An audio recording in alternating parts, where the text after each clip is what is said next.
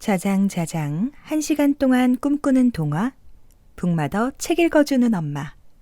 좋아요와 구독 꾹 눌러주세요. 해와 달이 된 오누이. 옛날 어느 깊은 산골에 어머니와 오누이가 살았어요.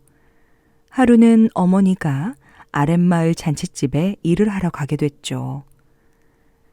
얘들아, 집 잘 보고 있거라. 엄마가 올 때 맛있는 떡을 갖다 주마. 엄마 잘 다녀오세요. 어머니는 굽이굽이 고개를 넘어갔어요. 어느 틈에 날이 저물었어요.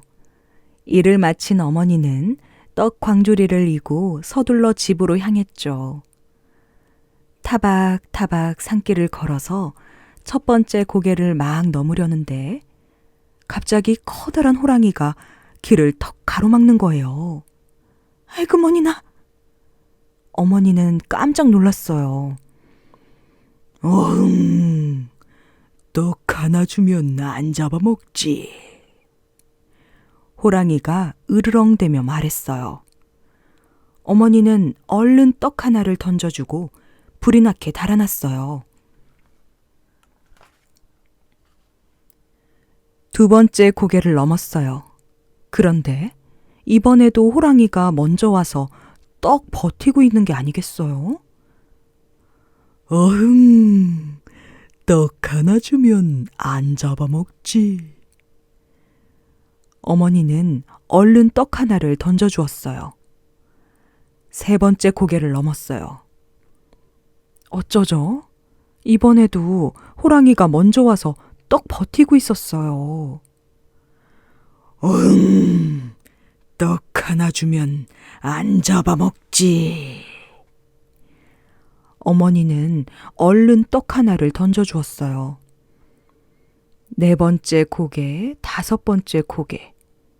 호랑이는 고개마다 기다리고 있다가 떡을 몽땅 빼앗아 먹었어요.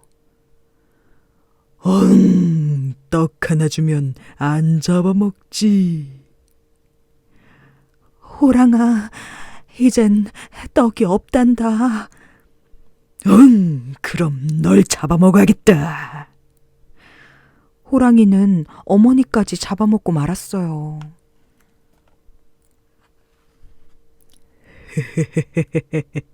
이 옷을 입으면 엄마인 줄 알겠지?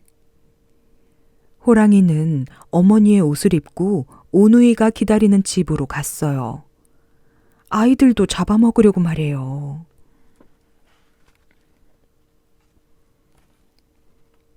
얘들아, 엄마다.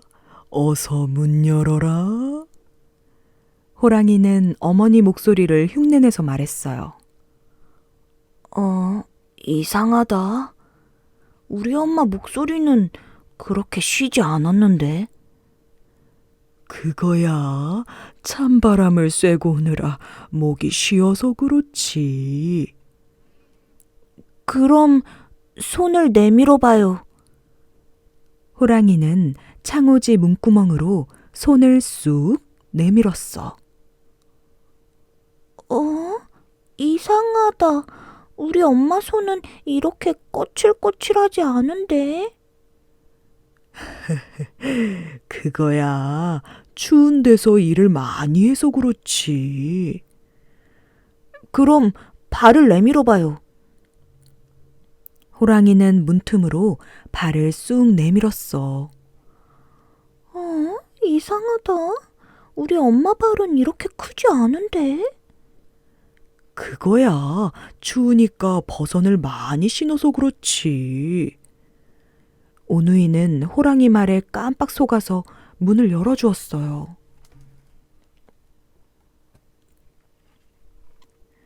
호랑이는 냉큼 방 안으로 들어갔어요.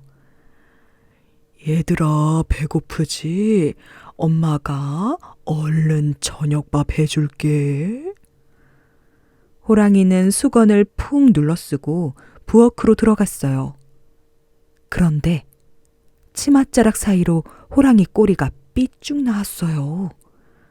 아니, 저건 호랑이 꼴이잖아. 우리 엄마가 아니야.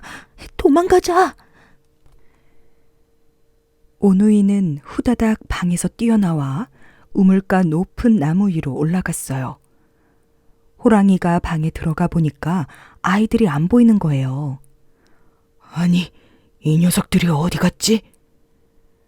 호랑이는 집안 구석구석을 뒤졌어요.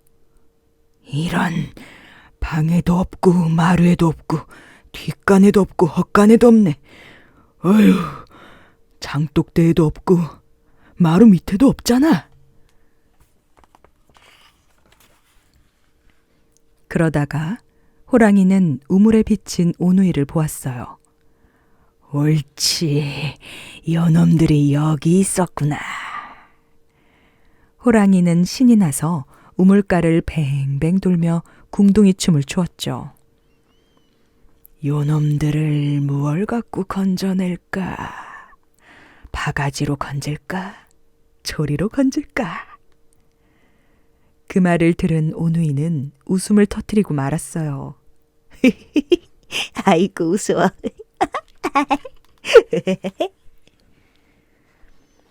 웃음소리를 듣고 호랑이가 위를 쳐다보았어요. 너희들 거기 있었구나. 호랑이는 나무 위로 기어오르려고 했어요. 하지만 자꾸 미끄러졌죠. 호랑이가 물었어요. 얘들아, 거기에 어떻게 올라갔니? 오빠가 얼른 대답했어요. 손이랑 발에다 참기름을 듬뿍 바르고 올라왔지.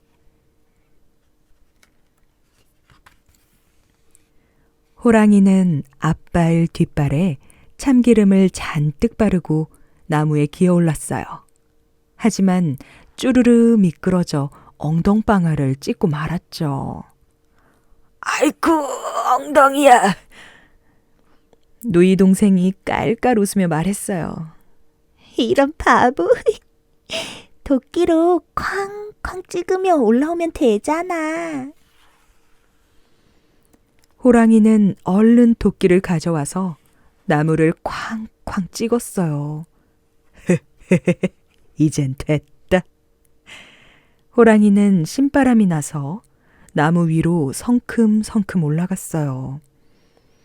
오누이는 호랑이를 피해 위로 올라갔고 말이에요. 오누이는 나무 꼭대기까지 올라갔어요. 이제 더 이상 올라갈 데가 없었죠. 오누이는 하늘을 향해 빌었어요. 하나님, 저희를 살리시려면 새 동아줄을 내려주시고 저희를 죽이시려면 썩은 동아줄을 내려주세요. 그러자 하늘에서 스르르 동아줄이 한 가닥 내려왔어요. 오누이는 얼른 동아줄에 매달렸죠. 동아줄은 하늘로 올라갔어요. 호랑이도 오누이 흉내를 냈죠. 하느님, 하느님, 저를 살리시려면 새 동아줄을 내려주시고 저를 죽이시려면 썩은 동아줄을 내려주세요. 이번에도 하늘에서 스르르 동아줄이 내려왔어요.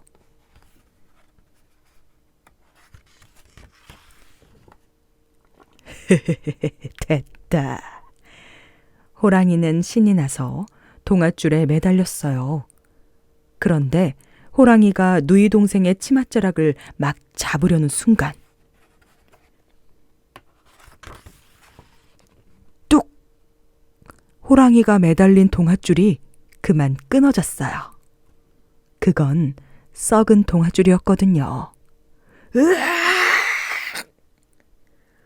호랑이는 쿵 하고 땅에 떨어져서 죽고 말았대요. 그 뒤 오누이는 하늘에 올라가서 해와 달이 되었어요. 오빠는 환한 해가 되고 동생은 은은한 달이 되었대요. 쓰레기는 정말 싫어. 승기네 가족은 너무해. 아유, 지구가 왜 이렇게 더러워지는 거야? 정말 아무도 살 수 없는 곳이 될까봐 걱정이야. 땅요정, 물요정, 공기요정은 지구가 점점 더러워지자 걱정이 되었어요. 누가 이렇게 지구를 더럽히는지 살펴볼까? 새 요정은 지구 마을을 구석구석 살펴보았어요. 지구에 수많은 사람이 쓰레기를 버렸지만 그 중에서도 눈에 띄게 쓰레기를 많이 버리는 집이 있었어요. 바로 승기네 집이에요. 승기는 쓰레기를 아무데나 버리는 쓰레기 대장이었죠. 와, 새 장난감이다. 빨리 뜯어야지. 장난감 포장지를 뜯어 아무렇지도 않게 여기저기 버려요. 승기 엄마도 음식물 쓰레기를 너무 많이 만들어요. 어머나, 미역국이 다 상했네. 너무 많이 끓였나? 얼른 버려야지. 승기 엄마는 미역국을 개수대에 버렸어요. 그런 다음 합성세제를 수세미에 듬뿍 묻혀 설거지를 했어요. 여보, 나왔어. 승기 아빠가 회사에서 돌아오셨어요. 아이고, 쓰레기가 왜 이렇게 많아? 주말에 몽땅 태워버려야겠어. 승기 아빠는 쓰레기를 모두 모아 뒷뜰에 갖다 버렸어요. 땅 요정의 이야기. 아우, 승기네 집에서 버린 쓰레기들이 내가 지키는 땅을 오염시키잖아. 내가 승기를 만나봐야겠어. 땅 요정이 안타깝게 말하고는 승기네 집으로 날아갔어요. 승기야, 안녕? 나는 땅을 지키는 요정이야. 네가 쓰레기를 많이 버려서 땅이 아파. 쓰레기가 땅을 아프게 한다고요? 그래, 내가 보여줄 게 있어. 같이 가자. 어디로 가는데요? 승기는 땅 요정과 함께 슝슝 날아서 들판으로 갔어요. 거기에는 몸이 바짝 마른 나무가 신음하고 있었어요. 사람들이 버린 쓰레기가 땅 속에 너무 많아. 땅이 오염되어서 몸이 너무 아파. 난 이제 곧 말라 죽을 거야. 나무가 이렇게 슬퍼하는데 참새 한 마리가 배를 움켜잡고 쓰러졌어요. 참새야, 왜 그래? 어디 아파? 모르겠어. 벽실을 먹었는데 갑자기 배가 아프고 몸을 움직일 수가 없어. 땅속에 묻힌 농약병, 비닐봉지, 플라스틱 등 각종 쓰레기가 땅을 오염시켜서 그 땅에서 자란 벼가 오염된 거야. 그걸 참새가 먹은 거지. 땅 요정이 승기에게 말했어요. 저 벼는 내가 맛있게 먹는 밥이 되잖아. 내가 버린 쓰레기가 내 몸을 해롭게 만드네. 정말 몰랐어. 물요정 이야기. 이번에는 내가 승기네 집에 갈 차례야. 물요정이 승기네 집에 왔어요. 안녕하세요. 저는 물을 지키는 물요정이에요. 이 집에서 나오는 음식물 쓰레기가 강을 더럽히고 있어요. 승기 엄마는 깜짝 놀라서 소리쳤어요. 무슨 소리예요? 난 쓰레기를 강에다 버린 적이 한 번도 없어요. 승기 엄마가 버린 국물, 설거지할 때 사용하는 합성세제가 강을 더럽히고 있어요. 정말이에요? 예, 보여드릴 것이 있으니 저랑 같이 강으로 가시죠.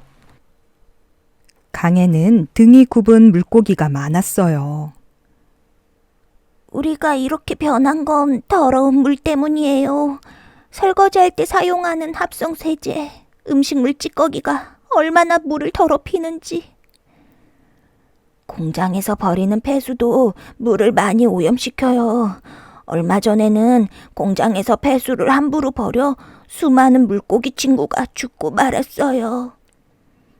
어머, 정말 미안해요. 난 이런 줄도 모르고. 아휴. 물이 오염되면 물고기뿐만 아니라 사람도 살 수가 없어요. 물요정이 안타깝게 말했어요. 공기요정 이야기. 모두 어디로 간 거야? 집안의 쓰레기나 모두 태워야겠어. 승기 아빠가 뒤뜰에 쌓인 쓰레기들을 태우기 시작하자 시커먼 연기가 하늘로 치솟아 올랐어요. 그때였어요. 공기 요정이 소리를 지르며 뒤뜰로 내려왔어요. 잠깐만, 쓰레기를 함부로 태우면 안 돼요. 누구시죠? 무슨 일인가요? 저는 공기를 지키는 공기 요정이에요. 공기 요정요? 그런데 기침을 심하게 하시네요. 어디 아프세요? 쓰레기를 태우는 연기 때문에 공기가 오염되어서 그래요. 공기가 오염되는 건 자동차나 공장에서 나오는 매연 때문 아닌가요? 물론 자동차나 공장에서 나오는 매연이 심각하긴 해요. 그렇지만 쓰레기는 모든 사람이 버리기 때문에 엄청 많죠. 이 쓰레기들을 모두 모아 태운다고 생각해 보세요. 공기가 얼마나 많이 오염되겠어요? 지구를 지키기 위한 노력. 아빠! 여보! 땅요정과 물요정을 따라갔던 승기와 엄마가 돌아왔어요. 승기야, 어디 갔다 왔니? 아빠가 승기에게 물었어요. 내가 버린 쓰레기가 땅을 어떻게 더럽히는지 보고 왔어요. 엄마는 물이 오염되는 모습을 보고 왔단다. 아빠는 쓰레기를 태우면 공기가 오염된다는 것을 알았어. 모두 잘 보고 오셨죠? 여러분이 지구를 오염시킨 잘못이 있지만 앞으로 지구를 지킬 수 있는 기회를 줄게요.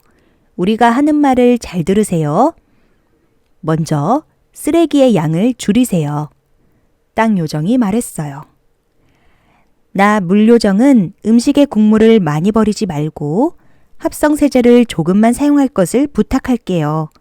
그리고 가까운 거리는 걸어서 다니세요. 자동차에서 나오는 매연은 제가 지키는 공기를 오염시키니까요. 새 요정은 승기네 가족에게 인사를 하고 슝슝 날아갔어요. 다음 날부터 승기네 가족은 몰라보게 달라졌어요. 쓰레기를 함부로 버리지 않는 것은 물론 쓰레기를 분류해서 버리는 것도 잊지 않았죠. 물론 음식물도 함부로 버리지 않았고요. 승기네 집은 너무나 깨끗해졌어요. 그러던 어느 날 새 요정으로부터 지구를 지키는 일을 열심히 해줘서 고맙다는 편지가 왔어요. 새 요정은 환경을 지키는 방법을 여러 사람에게 알려주라고 부탁했어요. 새 요정의 편지를 읽은 승기네 가족은 더욱더 환경을 보호하고 여러 사람에게 환경을 지키는 방법을 알려주는 환경 지킴이가 되겠다고 다짐했어요. 북두칠성이 된 7형제. 옛날 어느 산골 마을에 홀어머니와 7형제가 오순도순 살았어요. 일찍 남편을 여의고 어머니 혼자 7형제를 키우느라 늘 가난했죠. 그렇지만 7형제는 착하고 우애 있게 잘 자랐어요. 어머니 힘드시죠? 제가 어깨 주물러 드릴게요. 아이고 시원하다. 아이고 시원해. 그럼 난 다리 주무를래. 나는 팔. 간지럽다 이 녀석. 어디 너도 한번 주물러 줄까? 작고 허름한 초가집에선 늘 웃음이 끊이지 않았어요.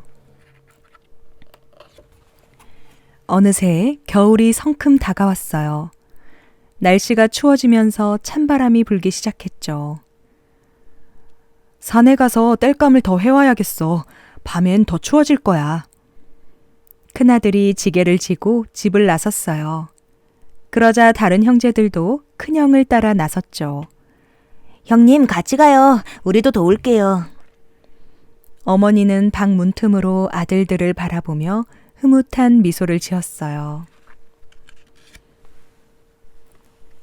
어머니는 늙으셔서 우리보다 추위를 더 많이 타실 거야. 7형제는 서로 순서를 정해 날마다 어머니 방에 군불을 따뜻하게 지폈어요. 그러던 어느 날이었어요. 이른 새벽에 문득 잠이 깬 큰아들은 밤새 어머니 방 아궁이에 땔감이 부족하진 않은지 살피려고 부엌으로 갔어요. 그리고 혹시 어머니가 추우실까봐 아궁이에 땔감을 가득 집어넣었어요. 그때 방 안에서 어머니 목소리가 들렸어요. 아이고, 추워라. 아유, 추워. 큰아들은 더 많은 땔감을 아궁이 속에 계속 집어넣었어요. 다음 날부터 7 형제는 더 일찍 일어나 군부를 지폈어요. 하지만 어머니 방에서는 아침마다 똑같은 소리가 들렸어요. 아이고, 추워라. 아유, 추워. 아유. 7 형제는 어머니가 어디 편찮으신지 걱정이 되었죠. 하루는 큰아들이 한밤중에 깨어보니 어머니 방이 텅 비어 있었어요. 이 밤중에 잠은 안 주무시고 어딜 가신 거지? 큰아들은 걱정이 되어 잠을 이룰 수가 없었어요. 어머니는 새벽녘에야 돌아와 소리 없이 방으로 들어갔어요. 큰아들은 어머니가 어딜 다녀오셨는지 몹시 궁금했죠. 다음 날 밤 큰아들은 자는 척하며 누워서 밤이 깊어지길 기다렸어요. 이윽고 어머니가 방을 나서는 소리가 나지막이 들렸어요. 큰아들은 어머니 뒤를 몰래 몰래 따라갔어요. 동네 밖까지 나간 어머니는 냇물이 나타나자 신발을 벗어들고 첨벙첨벙 냇물을 건너갔어요. 큰아들도 살금살금 냇물을 건너갔죠. 아, 차가워. 냇물은 겨울바람에 살얼음이 얼어 몹시 차가웠어요.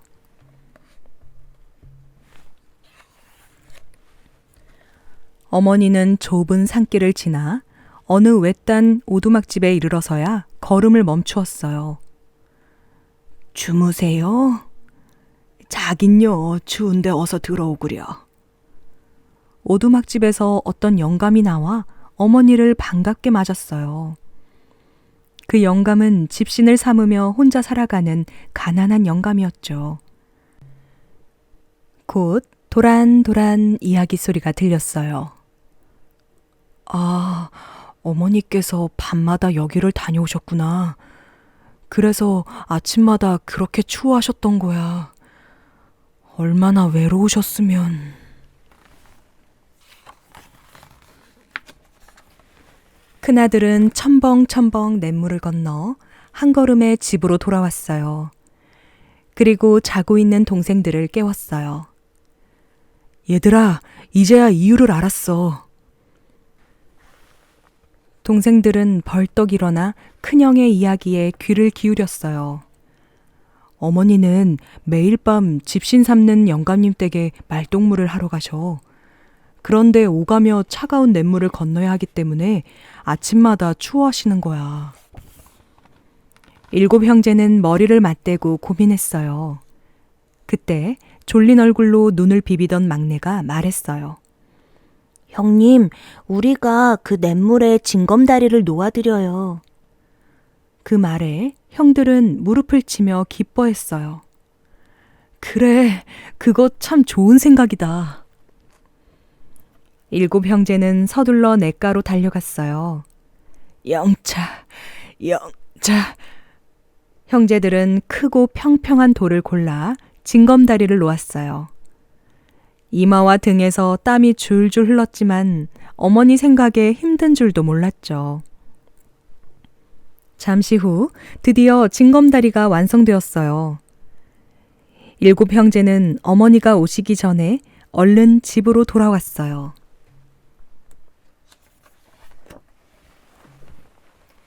동이 터오자 어머니는 집으로 향했어요. 산길을 내려와 냇가에 도착한 어머니는 깜짝 놀랐죠. 어머나, 밤새 징검다리가 생겼네. 어머니는 그 징검다리가 7 형제가 놓은 것이라고는 꿈에도 생각하지 못했어요. 단지 찬물에 발을 담그지 않아도 된 일이 너무 고마워 하늘을 보며 기도했어요. 하느님, 이 다리를 놓아준 고마운 사람이 하늘나라에 가거든 별님이 되게 해주세요. 7 형제는 시치미를 뚝 떼고 자는 척하고 있었어요. 어머니가 가만히 방으로 들어가는 소리가 들렸죠. 7 형제의 얼굴에 미소가 번졌어요. 세월이 흘러 7 형제는 하늘나라로 가게 되었어요. 그리고 어머니의 기도처럼 모두 아름다운 별이 되었어요. 그 별이 바로 7개의 별이 징검다리처럼 이어져 있는 북두 칠성이랍니다.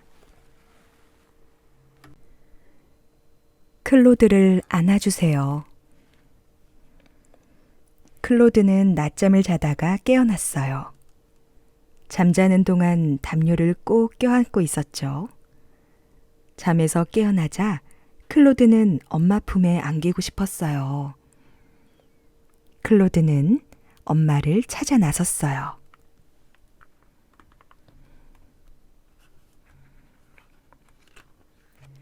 엄마는 식료품을 가득 안고 있었어요. 우리 클로드 벌써 일어났네. 엄마가 다가와 클로드 이마에 뽀뽀를 해주었어요. 우리 클로드를 안아주고 싶은데 먼저 해야 할 일이 있거든.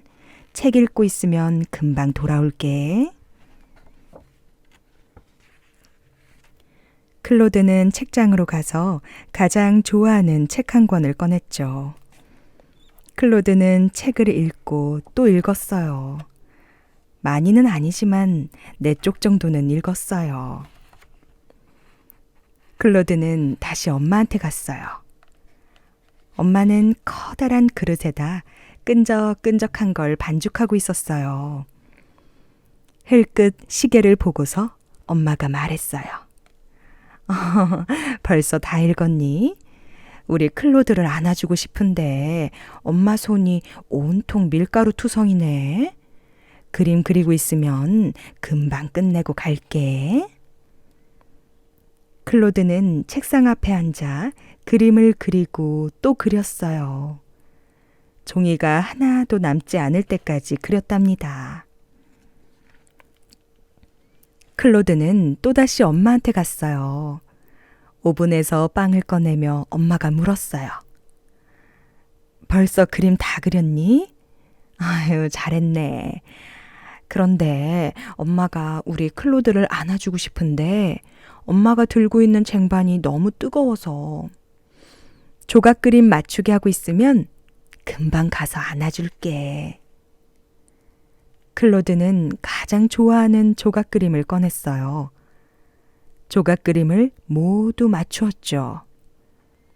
아주 잘 맞춘 것 같진 않았지만 이제 그만 끝내고 싶었어요. 지금 엄마한테 가면 안아줄 것 같았거든요. 하지만 엄마는 아직도 일을 하고 있었어요. 클로드가 나타나자 엄마가 물었어요. 벌써 조각 그림 다 맞추었니? 그러면서 엄마가 또 말했어요. 우리 클로드, 엄마가 약속할게. 이 일 마저 끝내면 금방 가서 안아준다고 말이야. 클로드는 그만 뾰로통해졌어요. 책을 4쪽이나 읽었는데 그림도 많이 그렸는데 맞추기 어려운 조각 그림도 거의 다 맞추었는데 그랬는데도 엄마는 클로드를 안아주지 않잖아요. 이유는 딱 하나예요.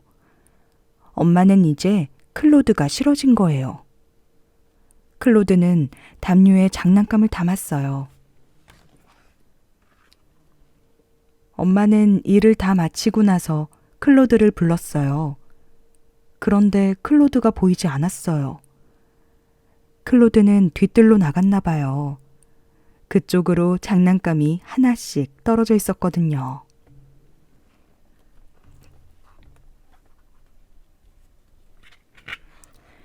클로드는 커다란 나무 아래 담요를 깔고 앉아 있었어요.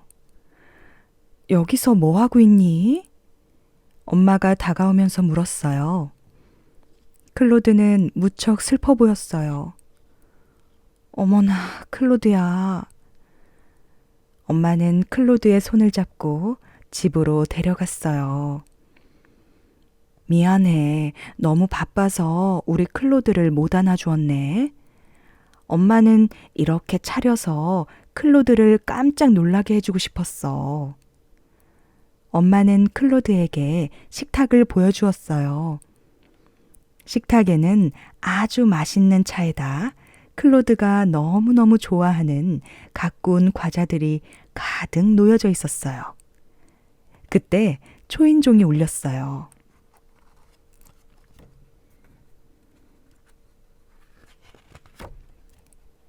클로드가 문을 열자 누가 머리를 쑥 내밀며 웃는 게 아니겠어요? 까꿍, 깜짝 놀랐지? 와, 클로드가 좋아하는 할머니예요. 이제 우리 클로드 좀 안아볼까? 엄마가 말했어요. 나도. 할머니도 웃으며 말했어요. 모두 클로드를 안았어요. 아주 세게 꼭 안아주었습니다.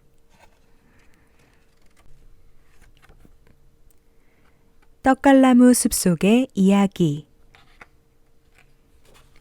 햇님이 동쪽 하늘에 떠오르자 숲속의 나무들이 반가워서 잎사귀를 흔들었어요. 떡갈나무 숲에도 햇님이 비추자 떡갈나무들은 저마다 인사하며 숲속의 이야기를 들려주었답니다.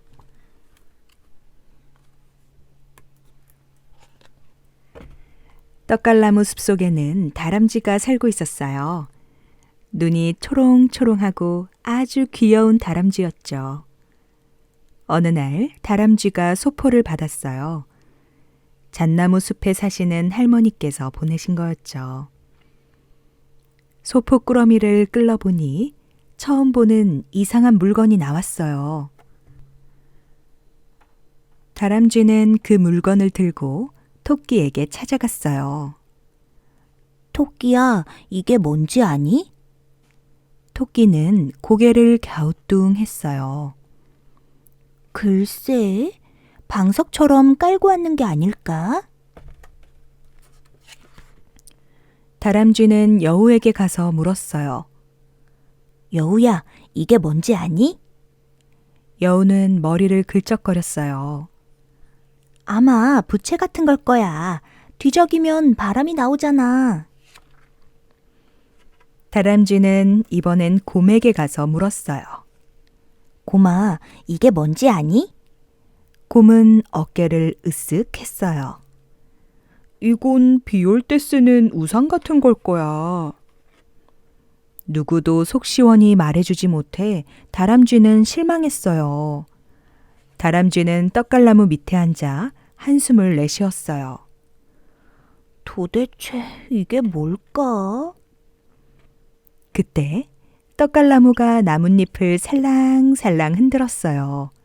그러자 책장이 한 장 한 장 넘어갔어요.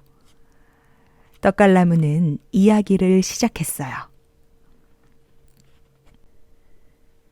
다람쥐는 떡갈나무가 들려주는 이야기에 귀를 기울였어요. 그러자 눈앞에 이야기 속의 세상이 펼쳐지기 시작했죠. 마치 꿈을 꾸는 것만 같았어요. 다람쥐야, 나는 네가 가지고 있는 책을 읽은 거란다. 책이라고요? 그래, 책 속에는 내가 들려준 것 같은 재미있는 이야기가 가득 들어있지.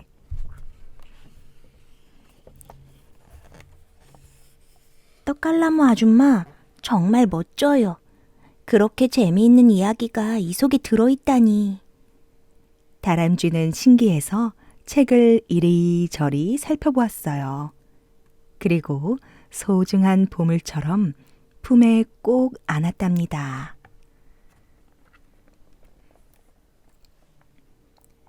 떡갈나무 아줌마, 친구들에게도 책을 읽어주세요. 틀림없이 좋아할 거예요. 다람쥐는 후다닥 뛰어가서 친구들을 불러왔어요. 다람쥐와 친구들이 모여 앉자 떡갈나무는 책을 읽기 시작했어요. 모두 떡갈나무가 읽어주는 이야기를 숨죽이고 들었어요. 눈을 초롱초롱 빛내면서 말이에요. 다람쥐와 친구들은 떡갈나무가 읽어주는 이야기를 재미있게 들었어요. 그리고 그때부터 책을 아주 좋아하게 되었답니다. 당나귀 알. 옛날 어느 시골에 한 농부가 아내와 함께 살았어요. 농부는 착하고 정직했지만 너무 아는 것이 없었어요. 그래서 가끔 어리석은 행동으로 마을 사람들의 웃음거리가 되곤 했죠. 어느 날이었어요. 아내가 돈 단량을 주며 말했어요. 여보, 이 돈으로 무엇이든 쓸만한 것을 사오세요. 농부는 잘 됐다 싶어 얼른 옷을 챙겨 입고 집을 나섰어요. 오랜만에 시장에 나온 농부는 이 가게 저 가게를 기웃거리며 구경하느라 시간 간 줄도 몰랐어요. 여보쇼, 안 살 거면 그만 가시오. 남의 귀한 물건 다 닳겠소. 농부가 실컷 만져만 보고 정작 아무것도 사지 않자 장사꾼들이 저마다 한 소리씩 했어요. 저녁 때가 다 되어서야 농부는 아내의 말이 생각났어요. 이 돈으로 무엇을 살까? 농부는 집에 필요한 게 뭐가 있을까 생각하며 다시 가게들을 돌아다녔어요. 그런데 이게 뭘까요? 꼭 보름달처럼 동그랗고 온몸에 꼬불꼬불한 줄무늬가 있는 것들이 가게 바닥에 차곡차곡 쌓여 있었어요. 농부는 가게 주인에게 물었어요. 이게 뭐요? 먹이는요, 수박이죠. 수박이 뭐요? 수박 장수는 너무 기가 차서 농부를 빤히 바라보았어요. 수박이 뭔지도 모르다니 혹시 바보 아냐? 수박 장수는 농부를 좀 골려주려고 거짓말을 했어요. 손님께서 모르실 만도 하죠. 우리나라에서는 보기 드문 귀한 물건이니까요. 귀한 물건이요? 예, 이건 수박이라고 하는 중국 당나귀 알입니다. 우리 당나귀는 어미 뱃속에서 태어나지만 중국 당나귀는 알에서 나오지요. 당나귀 알이요? 아, 그래서 이렇게 크군요. 농부가 그 말을 고지 듣고 신기한 듯 수박을 이리저리 살피자 수박 장수는 터져나오는 웃음을 참느라 진땀을 흘렸어요. 그럼 이 당나귀 알은 어떻게 하면 깨어나나요? 이걸 따뜻한 아랫목에다 놓고 이불을 덮어두면 한 열흘쯤 뒤에 당나귀 새끼가 알을 깨고 나온답니다. 농부는 당나귀를 키워 타고 다니면 참 좋을 것 같았어요. 그럼 이거 값이 꽤 비싸겠구려. 손님이 사신다면 싸게 드리죠. 단량만 내세요. 당나귀 한 마리의 단량이면 정말 싸다는 생각에 농부는 그중 가장 크고 좋은 수박 한 통을 샀어요. 그게 뭐예요? 농부의 아내도 수박을 처음 보긴 마찬가지였죠. 당나귀 알이란 거요. 이걸 뜨끈한 아랫목에 놓고 이불을 푹 덮어두면 열흘 뒤에 당나귀가 태어난대요. 그게 정말이에요? 아이고 좋아라. 우리도 이젠 짐을 부릴 당나귀가 생기겠구려. 아내는 크게 기뻐하며 아궁이에 불을 지폈어요. 그렇게 열흘이 지났어요. 아니 이게 무슨 냄새지? 밖에 나갔다 방에 들어온 농부가 코를 킁킁 댔어요. 농부가 이불을 살짝 들추어 보니 고약한 냄새가 코를 찌르는 게 아니겠어요? 물어보나 마나 그건 바로 수박 썩은 냄새였죠. 당나귀 새끼는 없고 썩은 수박만 덩그러니 농부의 얼굴은 울상이 되었어요. 어찌된 일이지? 당나귀 알이 썩어버렸네요. 아내가 코를 쥐며 말했어요. 아, 냄새.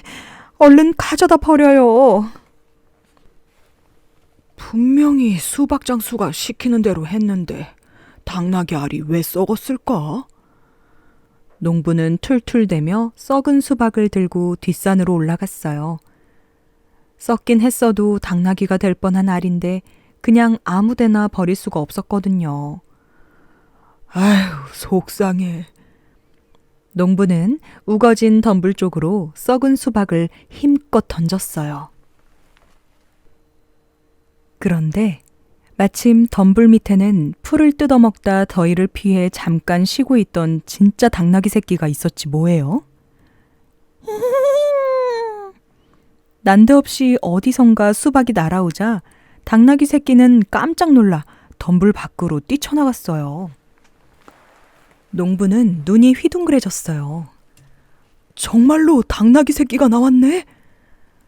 농부는 너무 좋아 춤을 덩실덩실 추었죠. 수박 장수가 잘못 알았던 거구먼. 알이 썩은 다음 던져서 깨야 당나귀 새끼가 나오는 거였어. 에이, 무식한 수박 장수 같으니라고. 농부는 당나귀 새끼를 데리고 의기양양하게 산을 내려왔어요. 농부가 당나귀 새끼를 데리고 돌아오자 아내도 무척 놀랐어요. 여보, 앞으로는 자주 당나귀 알을 사옵시다. 당나귀 새끼가 나오는 방법을 알아냈으니까. 농부는 잘난 체하며 어깨를 으쓱거렸죠. 아내도 그런 남편이 너무너무 자랑스러웠어요. 그날 밤 부부는 당나귀 새끼로 큰 부자가 될 꿈에 아주 행복했답니다. 진짜 당나귀 새끼 주인이 찾아오기 전까지는 말이에요. 줄리어스, 세상에서 제일 예쁜 아기. 줄리어스가 태어나기 전에 릴리는 세상에서 가장 좋은 누나였어요. 뱃속의 아기에게 장난감도 가져다 주었고 속닥속닥 비밀도 말해주었어요. 밤마다 자장가도 불러주었죠. 줄리어스가 태어난 다음엔 얘기가 좀 달라졌어요. 릴리는 장난감들을 도로 가져갔고 아기의 꼬리를 꼬집기도 했죠. 아기 침대에 대고 큰 소리를 지르기도 했어요.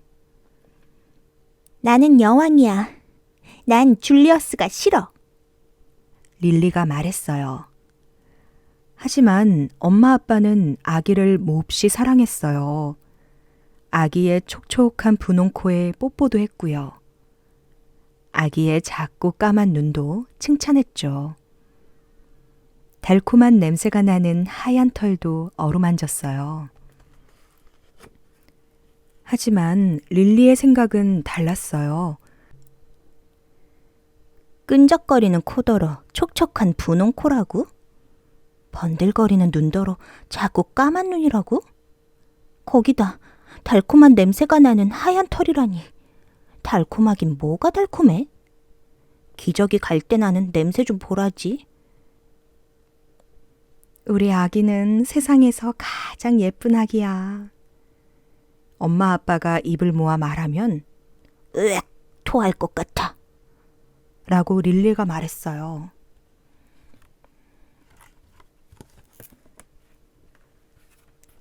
릴리는 줄리어스와 방을 같이 써야 했어요. 줄리어스가 가버리면 다시 내 방이 되는 거죠? 릴리가 물었어요. 줄리어스는 아무 데도 가지 않아. 엄마가 말했어요. 그런데 정말 그랬어요.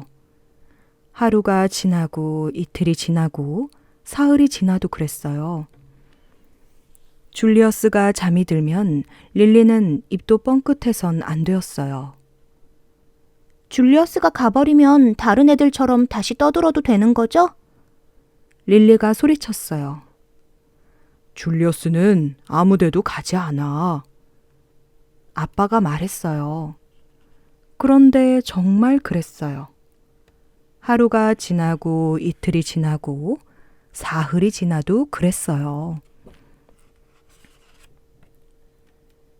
엄마 아빠는 아기가 우리 릴리처럼 멋지게 크길 바래. 그러려면 아기가 얼마나 예쁜지, 또 우리가 얼마나 사랑하는지 아기에게 자꾸 말해줘야 돼. 엄마가 말했어요. 하지만 아무도 없을 때 릴리는 제 맘대로 했어요. 엄마 아빠는 아기가 우리 릴리처럼 똑똑하게 크길 바래. 그러려면 아기에게 숫자랑 글자 노래를 틈만 나면 자꾸 불러줘야 한단다. 아빠가 말했어요. 하지만 아무도 없을 때 릴리는 엉터리로 노래를 불러주었어요. 엄마 아빠는 릴리와 아기만 두고 나갈 때면 점점 더 많은 걱정을 하게 되었어요. 릴리는 탈바가지를 뒤집어 쓰고 아기를 놀라게 하려고 했어요. 마술을 배워서 아기를 사라지게 하려고도 했죠. 마술이 잘 안 되자 릴리는 아기가 그 자리에 없는 것처럼 시치미를 뗐어요. 릴리는 의자를 돌려놓고 혼자서 노는 시간이 많아졌어요.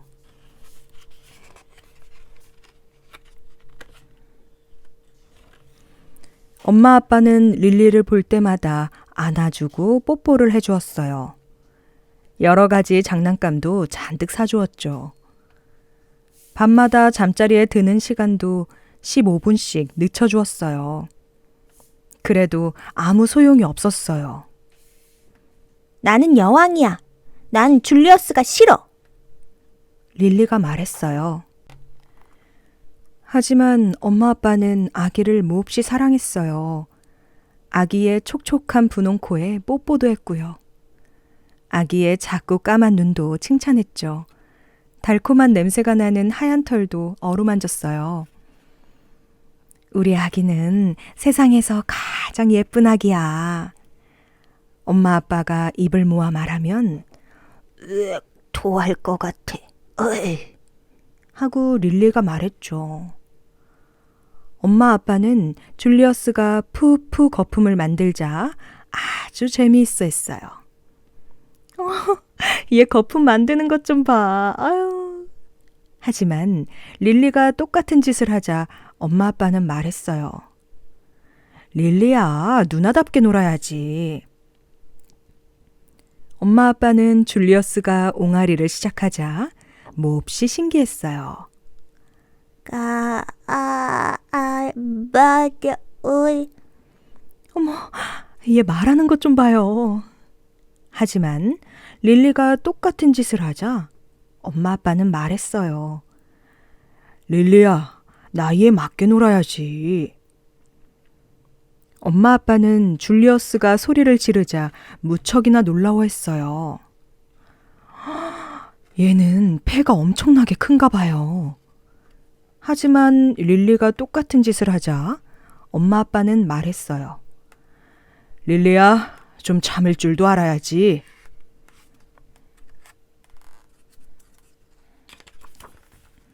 어느 날 아침 릴리가 혼자 오페라 놀이를 하고 있는데 엄마가 말했어요. 그렇게 이야깃거리가 많은데 줄리어스에게도 멋진 이야기를 좀 들려주지 그러니? 줄리어스는 너무 어려서 못 알아들어요. 릴리가 말했어요.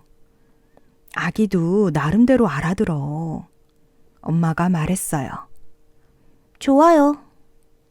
릴리가 알았다고 대답을 했어요. 제목, 세상에서 가장 나쁜 세균 줄리어스. 릴리 지음. 릴리가 노래하기 시작했어요.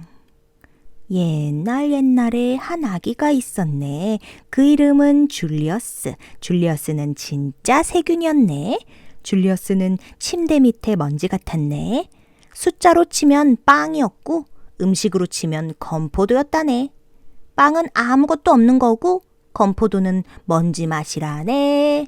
끝. 릴리가 노래를 마쳤어요. 이 노래는 릴리가 의자를 돌려놓고 10분이나 걸려서 만들어낸 노래였죠. 릴리는 친구인 체스터와 윌슨과 빅터에게도 주의를 주었어요. 내 말이 맞다니까. 아기들이란 아주 지긋지긋한 거야.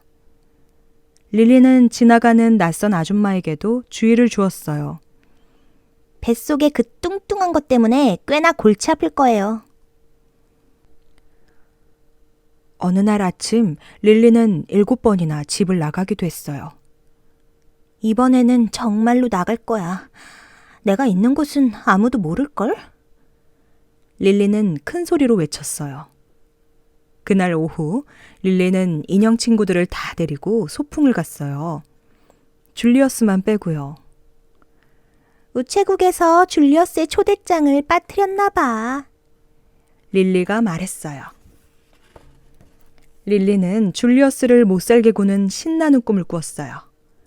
줄리어스한테 당하는 으스스한 꿈도 꾸었죠. 엄마 아빠는 릴리를 볼 때마다 칭찬을 아끼지 않았어요. 이것저것 상도 잔뜩 주었죠. 골동품 도자기 잔으로 주스도 마시게 해주었어요. 그래도 아무 소용이 없었어요. 나는 여왕이야. 난 줄리어스가 싫어. 릴리가 말했어요. 하지만 엄마 아빠는 아기를 몹시 사랑했어요. 아기의 촉촉한 분홍 코에 뽀뽀도 했고 아기의 작고 까만 눈도 칭찬했어요. 달콤한 냄새가 나는 하얀 털도 어루만졌죠. 우리 아기는 세상에서 가장 예쁜 아기야. 엄마 아빠가 입을 모아 말하면 아, 토할 것 같아. 아휴. 하고 릴리가 말했어요. 엄마는 몸이 나아서 아기를 위해 백일잔치를 열었어요. 친척들이 모두 모였어요. 차린 음식도 많았죠. 대체 왜들 난리야? 저 바보 같은 아기야. 다들 예전에 실컷 봤잖아. 릴리가 말했어요. 하지만 오후 내내 친척들은 줄리어스 옆에서만 맴돌았죠. 친척들은 아기의 촉촉한 분홍 코에 뽀뽀를 했어요. 아기의 작고 까만 눈도 칭찬했고요. 달콤한 냄새가 나는 하얀 털도 어루만졌죠. 아, 토할 것 같아. 사촌 가랜드가 말했어요. 뭐가? 릴리가 물었어요.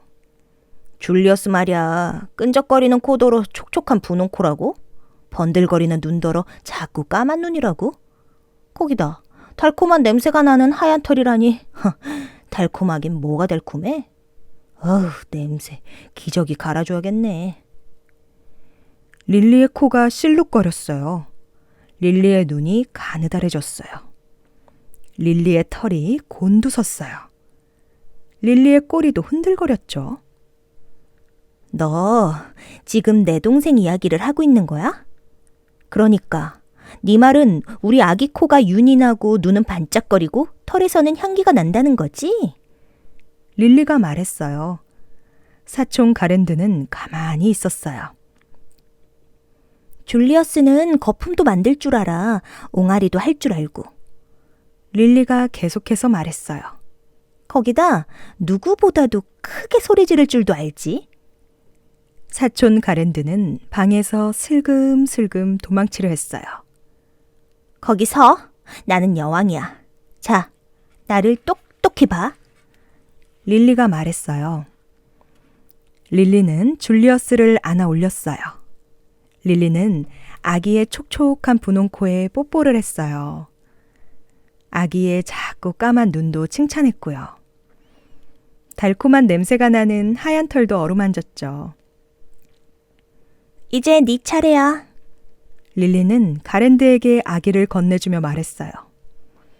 아기에게 뽀뽀해주고 칭찬해주고 어루만져줘. 릴리가 명령하듯 말했어요. 자, 이제 나를 따라해봐. 줄리어스는 세상에서 가장 예쁜 아기다. 릴리가 말했죠. 줄리어스는 세상에서 가장 예쁜 아기다. 사촌 가랜드가 따라했어요. 더 크게. 릴리가 말했어요. 줄리어스는 세상에서 가장 예쁜 아기다. 그때부터 줄리어스는 정말 그렇게 되었어요. 모두들 다 그렇게 생각했죠. 릴리야 말할 것도 없고요. 은혜 갚은 두꺼비. 옛날 어느 마을에 홀어머니와 어린 소녀가 살았어요. 어머니가 밭일을 나가면 소녀는 집안일을 도맡아 했죠. 그러면서도 소녀는 늘 몸이 약한 어머니 걱정뿐이었어요. 어머니 그만 쉬세요. 나머지는 제가 할게요. 마을 사람들은 그런 소녀를 기특하게 여겼어요. 비가 주룩주룩 오는 어느 날 아침이었어요. 소녀가 부엌에서 아침밥을 하는데 두꺼비 한 마리가 펄쩍 뛰어들어왔어요. 두꺼비는 소녀에게 슬금슬금 다가와서 밥주걱을 빤히 바라보았어요.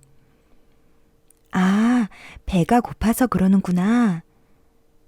소녀는 두꺼비가 불쌍하게 생각되어 자기가 먹을 밥을 조금 덜어주었어요.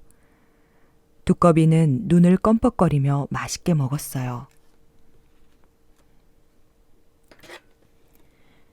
그 다음부터 두꺼비는 끼니 때마다 나타났어요. 그때마다 소녀는 안쓰러운 마음에 자기 밥을 조금씩 덜어주었어요. 이제 두꺼비는 소녀가 가는 곳이면 어디든지 따라다녔어요. 소녀는 두꺼비를 동생처럼 잘 보살펴 주었어요. 두꺼비는 무럭무럭 자라 몸집도 커지고 먹는 양도 차츰 많아졌어요. 그만큼 소녀의 밥은 줄어들었죠. 그래도 소녀는 두꺼비에게 자기 밥을 계속 덜어주었어요.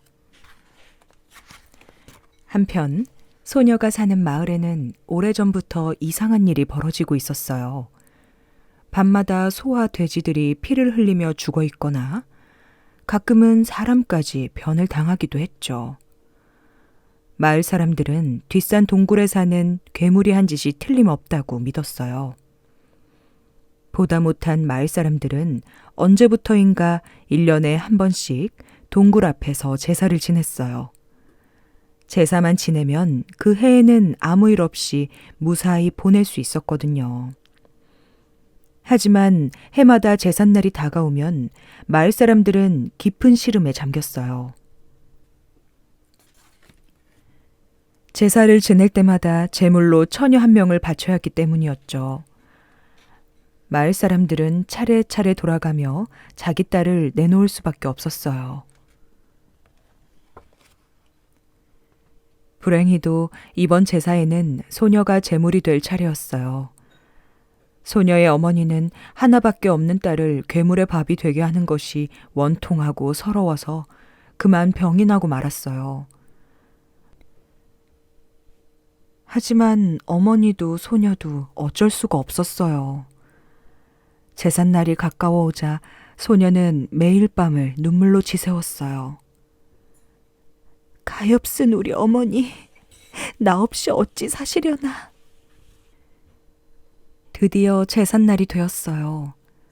소녀는 여느 때와 다름없이 아침밥을 짓고 있었죠. 밥을 풀 때쯤 어김없이 두꺼비가 나타났어요. 소녀는 밥을 수북이 퍼주며 말했어요. 이것이 내가 주는 마지막 밥이야. 두꺼봐, 어서 많이 먹어. 소녀의 눈에서 눈물이 주르르 흘렀어요. 두꺼비도 그 말을 알아듣는지 눈을 껌뻑이며 울고 있는 소녀를 바라보았어요. 제사를 지낼 시간이 되자 마을 사람들이 소녀를 데리고 왔어요. 소녀는 눈물을 흘리며 어머니와 마지막 인사를 나누고 동굴로 향했어요. 소녀는 눈물이 앞을 가려 아무것도 보이지 않았어요. 울며 나가는 소녀를 본 두꺼비가 그 뒤를 따라왔지만 소녀는 알지 못했어요. 드디어 향이 피워지고 제사가 시작되었어요. 마을 사람들은 한 해 동안 평안하기를 빌었죠. 소녀는 어머니가 계신 집 쪽을 다시 한번 돌아보고 동굴 속으로 들어갔어요. 마을 사람들은 눈물을 훔치며 그 자리를 피했죠. 동굴 속은 축축하고 추웠어요. 소녀는 오싹 소름이 돋고 몸이 와들와들 떨렸죠. 소녀는 서 있을 힘도 없어 차가운 바닥에 털썩 주저앉았어요. 그때 어디선가 찬바람이 휙 불었어요. 그리고 와스락 와스락 풀이 스치는 것 같은 소리가 들렸죠. 소리 나는 곳을 바라본 소녀는 그만 정신을 잃고 말았어요. 어둠 속에서 슬며시 기어나온 괴물을 보고 만 거예요. 커다란 괴물의 그림자가 점점 더 소녀에게 가까이 다가왔어요. 그 괴물은 발이 수십 개 달린 커다란 지네였어요. 지네는 소녀를 한 입에 삼켜버릴 듯 무섭게 달려들었어요. 그 순간 소녀 옆에 숨어있던 두꺼비가 소녀 앞을 가로막았어요. 그리고는 배를 크게 부풀리기 시작했죠. 두꺼비는 곧 지네를 향해 독을 내뿜었어요. 지네는 흠칫 놀라 고개를 돌렸어요. 그러나 곧 지네도 두꺼비를 향해 독을 뿜어내기 시작했어요. 두꺼비는 지네의 독에 숨이 막히고 몸이 저려왔지만 끝까지 지지 않고 독을 내뿜었어요. 동굴 안은 마치 안개가 낀 것처럼 자욱해졌죠. 지네와 두꺼비는 서로 뒤엉켜 싸웠어요. 지네와 두꺼비의 목숨을 건 싸움은 밤새도록 계속되었어요. 밤이 지나고 아침이 밝았어요. 소녀는 아침 햇살이 얼굴에 비치자 번뜩 정신이 들었어요. 이게 어떻게 된 일이지? 내가 죽은 걸까? 간신히 몸을 일으켜 주위를 살펴보니 커다란 지네가 죽어 있는 게 아니겠어요? 그리고 그 옆에는 두꺼비도 함께 죽어 있었어요. 두꺼봐, 두꺼봐, 눈 좀 떠봐. 소녀는 두꺼비를 끌어안고 하염없이 눈물을 흘렸어요. 마을 사람들은 죽은 줄로만 알았던 소녀가 살아있는 것을 보고 깜짝 놀랐어요. 소녀는 지난밤에 있었던 일을 차근차근 이야기했어요. 그참 두꺼비가 목숨을 바쳐 길러준 은혜를 갚았구먼. 소녀는 햇볕이 잘 드는 곳에 두꺼비를 묻어주었어요. 그 뒤로 마을은 평온을 되찾고 모두들 아무 걱정 없이 잘 살게 되었대요. 물론 소녀도 어머니를 더 극진히 모시며 오래오래 행복하게 살았답니다.